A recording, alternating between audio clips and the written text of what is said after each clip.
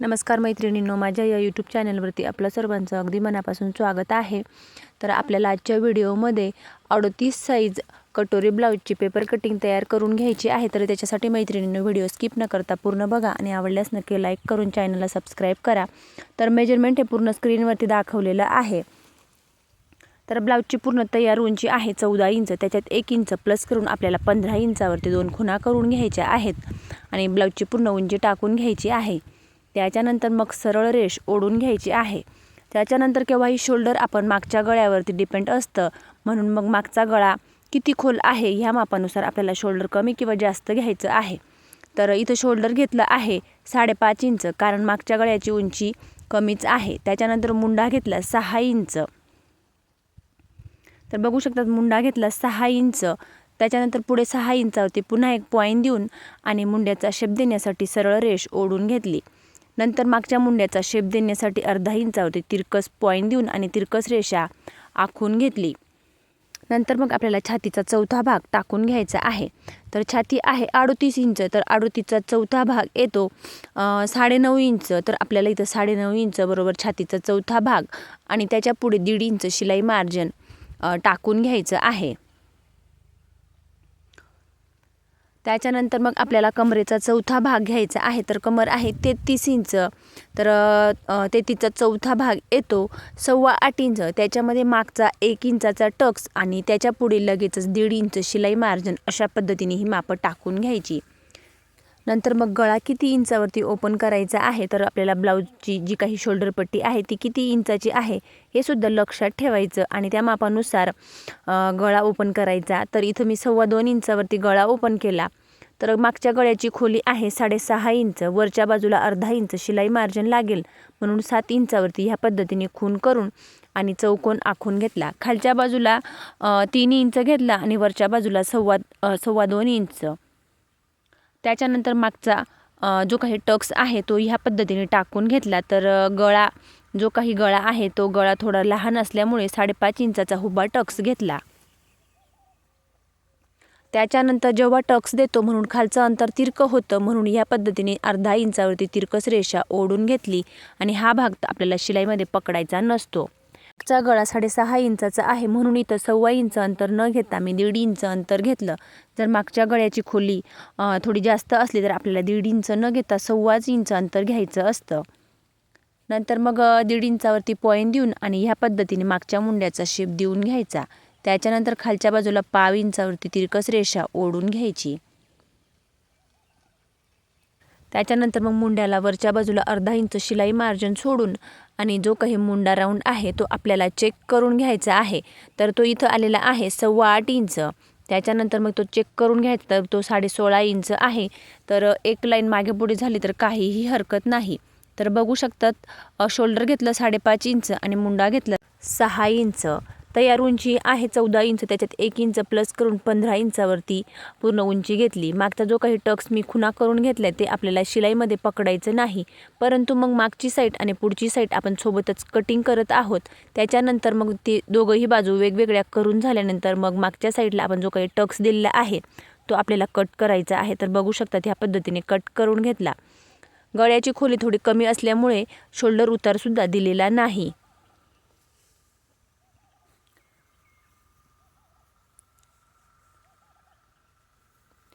नंतर मग मागच्या साईडला जी काही गळ्याची खोली आहे ती सुद्धा आपल्याला लगेचच टाकून घ्यायची। तर पुढचा गळा आहे 6 इंचाचा, त्याच्यामध्ये वरच्या बाजूला आपल्याला अर्धा इंच शिलाई मार्जिन लागेल, म्हणून इथं 6.5 इंचावरती मी लगेचच खून करून आणि गळ्याची खोली टाकून घेतली पुढच्या गळ्याची। त्याच्यानंतर 2.25 इंचावरती गळा ओपन केलेला आहे। लगेचच आपल्याला गळ्याचा शेप देऊन घ्यायचा, तुम्ही तुमच्या आवडीनुसार देऊ शकतात। त्यानंतर मग आपल्याला शोल्डर आणि मुंडा जी काही मापं आहेत ती टाकून घ्यायची आहेत, कारण आपल्याला इथं पुढच्या मुंड्याचा शेप द्यायचा आहे मागच्या मुंड्याचा शेप असल्यामुळे। तर बघू शकतात ह्या पद्धतीने मी शोल्डर आणि मुंड्याची मापं टाकून घेत आहे आणि मग इथं मी पुढच्या मुंड्याचा शेप देऊन घेणार आहे। अर्धा इंचावरती अशा पद्धतीने खून करून घेतली आणि इथं लगेचच मी पुढच्या मुंड्याचा शेप देऊन घेतला, तो आपल्याला आठवणीने नंतर कट करायचा आहे। त्याच्यानंतर खालच्या बाजूला आपल्याला योगपट्टी आखून घ्यायची आहे. तर 2.5 इंचावरती ह्या पद्धतीने 3 पॉईंट देऊन घ्यायचे. त्याच्यानंतर मग वरच्या बाजूला इथं आपल्याला 3.5 इंच मोजून घ्यायचं.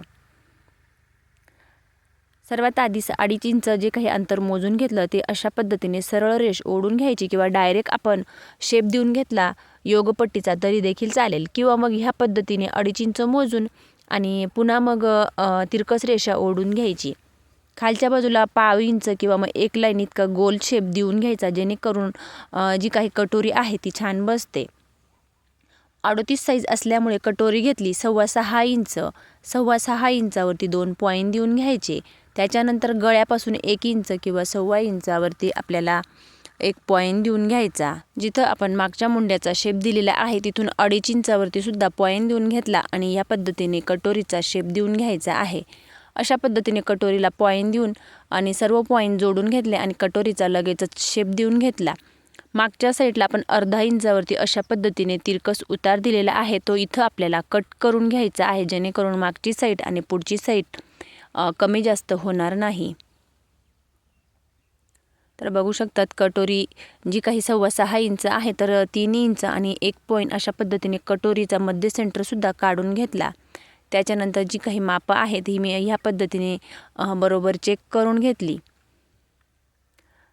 योगपट्टी 2.5 इंच घेतलेली आहे आणि इकडच्या बाजूला 3.5 इंच घेतलेली आहे. कटोरी घेतलेली आहे 6.25 इंच. तीच 2 ठिकाणी मापं टाकून घेतली. मुंड्यापासून 2.5 इंचावरती पॉईंट दिला आणि जी काही गळ्याची खोली आहे पुढच्या गळ्याची तिथून 1 इंचावरती पॉईंट देऊन आणि कटोरीचे अशा पद्धतीने पॉईंट देऊन आणि नंतर मग कटोरीचा शेप देऊन घेतला. त्याच्यानंतर मग कटोरीचा बरोबर आपल्याला मध्य सेंटर हा लक्षात ठेवायचा आहे.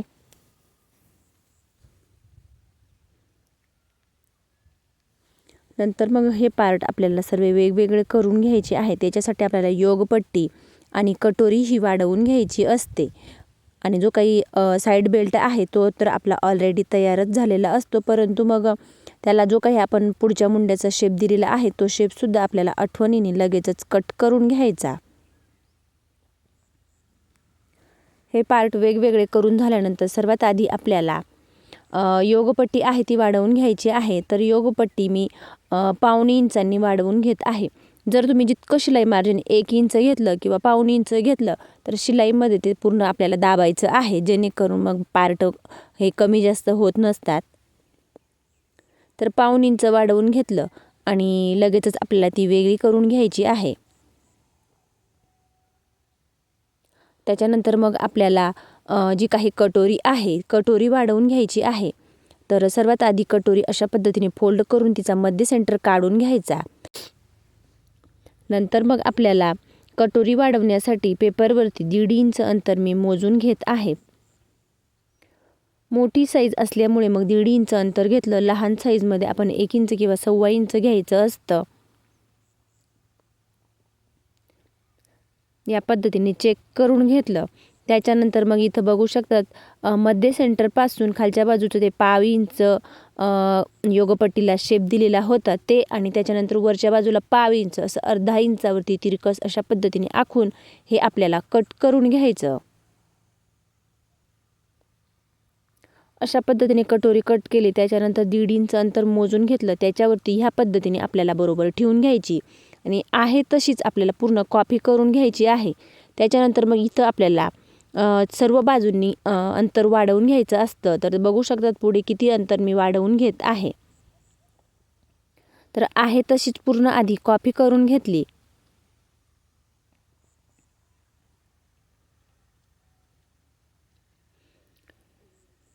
त्याच्यानंतर इथं घेतलं अंतर 1.5 इंच, म्हणून इकडच्या बाजूला सुद्धा आपल्याला 1.5 इंच अंतर मोजून घ्यायचं. तर बघू शकतात ह्या पद्धतीने 1.5 इंच घेतलं. कटोरीचा जो काही मध्य सेंटर आहे तिथं बरोबर पॉईंट देऊन घ्यायचा आणि त्याच्यापासून खालच्या बाजूला सुद्धा 1.5 इंच अंतर मोजून घ्यायचं. तिघही पॉईंट 1.5 इंचावरती देऊन घ्यायचे.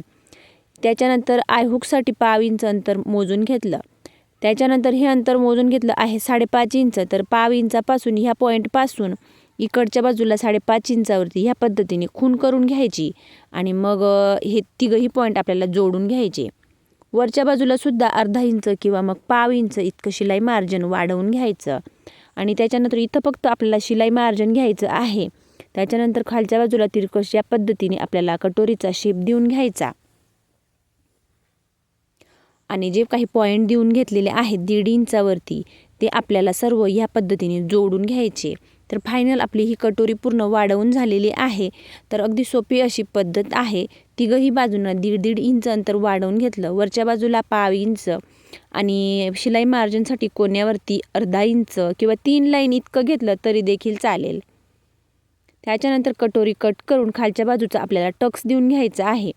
त्याच्यासाठी मग कटोरीचे जे काही दोघंही कोने आहेत ते सर्वात आधी आपल्याला एकमेकांवरती ह्या पद्धतीने ठेवून घ्यायचे आणि खालच्या बाजूला जो काही तिरका भाग झालेला असतो तो सरळ रेषेत कट करून घ्यायचा. त्याच्यानंतर तुमची कटोरी किती इंचाची आहे ते सुद्धा लक्षात ठेवायचं.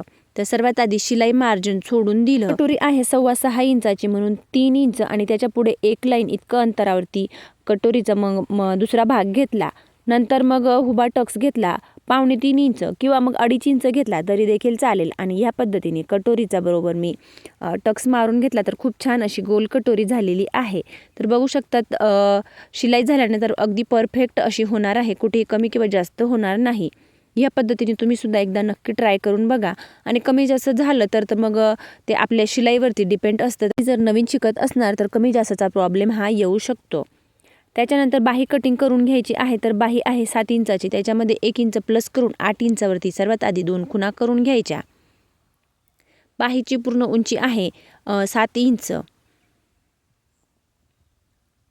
या पद्धतीने हा भाग मी वेगळा करून घेतला. बाही कटिंग करण्यासाठी सर्वात आधी आपल्याला मुंडा मोजून घ्यायचा असतो, तेव्हाच आपण परफेक्ट बाहीची कटिंग करू शकतो.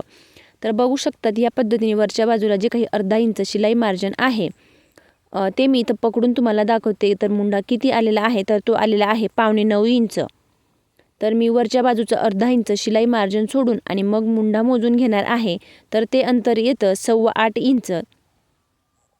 जर तुम्ही नवीन शिकत असणार आणि तुम्हाला बाही कमी पडत असेल तर तुम्ही वरच्या बाजूचं अर्धा इंच शिलाई मार्जिन पकडून आणि मगच बाहीची कटिंग करायची आहे. परंतु मग मला बाही अजिबात कमी पडत नाही म्हणून मग मी 8.25 इंच घेत आहे. कॅप हाईट घेतली 2.25 इंच, 3 इंचाला 2 रेषा कमी आणि त्याच्यानंतर ह्या पद्धतीने पॉईंट देऊन घेतला. नंतर मग आपण जो काही मुंडा मोजून घेतलेला आहे 8.25 इंच तो अशा पद्धतीने मोजून घ्यायचा आणि त्याच्या पुढे लगेचच 1.5 इंच शिलाई मार्जिन मोजून घ्यायचं. इथं सरळ रेष ओढून घ्यायची. त्याच्यानंतर तुमचा दंडघेर किती आहे तर साईज जरी ती असली तरी दंडघेर कमी किंवा जास्त असू शकतो. तर 5.5 इंच दंडघेर आणि त्याच्या पुढे 1.5 इंच शिलाई मार्जिन मी लगेचच मोजून आणि ही फिटिंगचे मापं आहेत ते टाकून घेतली. त्याच्यानंतर 8.25 इंचाचा जो काही मध्य सेंटर आहे तो लक्षात ठेवत आपल्याला बाहीचा शेप द्यायचा आहे. वरच्या बाजूला 1.5 इंच आणि 2.25 इंचावरती अशा पद्धतीने 2 पॉईंट देऊन घ्यायचे आणि इथून बाहीचा अगदी हळूवारपणे आपल्याला शेप देऊन घ्यायचा. तर हा आहे बाहीचा बाहेरचा शेप आणि त्याच्यानंतर खालच्या बाजूला बरोबर अशा पद्धतीने पुढच्या साईडचा शेप लगेचच देऊन घेतला. लगेचच आपल्याला बाही कट करून घ्यायची आणि अगदी परफेक्ट येते किंवा नाही हे सुद्धा लगेचच आपल्याला चेक करून घ्यायचं आहे. पुढच्या बाजूचा जो काही शेप आहे तो सुद्धा लगेच कट करून घ्यायचा. नंतर मग आपण वरच्या बाजूचं अर्धा इंच शिलाई मार्जिन सोडून आणि मग आपण बाही कट केलेली आहे. तर जोडताना सुद्धा बघू शकतात ह्या पद्धतीने मी इथं जोडून घेत आहे. तर अगदी परफेक्ट कुठे कमी किंवा जास्त झालेली नाही, तर अगदी परफेक्ट अशी बाही इथं आलेली आहे. पुन्हा मोजून दाखवते. जर तुम्हाला बाही कमी पडत असेल तर बाही कट करत असताना वरच्या बाजूचं अर्धा इंच तुम्ही पकडून आणि मगच बाही कटिंग करायची आहे. तर मैत्रिणींनो 38 साईज कटोरी ब्लाऊजची पेपर कटिंग अगदी सोप्या पद्धतीत आणि सहजच समजेल अशा पद्धतीने तुम्हाला इथं समजावून सांगितलेलं आहे. या पद्धतीने तुम्ही सुद्धा एकदा नक्की ट्राय करून बघा आणि या ब्लाऊजचा जो काही शिलाईचा व्हिडिओ आहे तुम्ही लवकरच आपल्या चॅनलवरती अपलोड करणार आहे. तर मैत्रिणींनो व्हिडिओ आवडल्यास लाईक करा, शेअर करा आणि चॅनलवरती नवीन असल्यास चॅनलला सबस्क्राईब करून बेल आयकॉनला प्रेस करा, म्हणजेच माझ्या अशा येणाऱ्या नवनवीन व्हिडिओची अपडेट तुम्हाला येत राहील.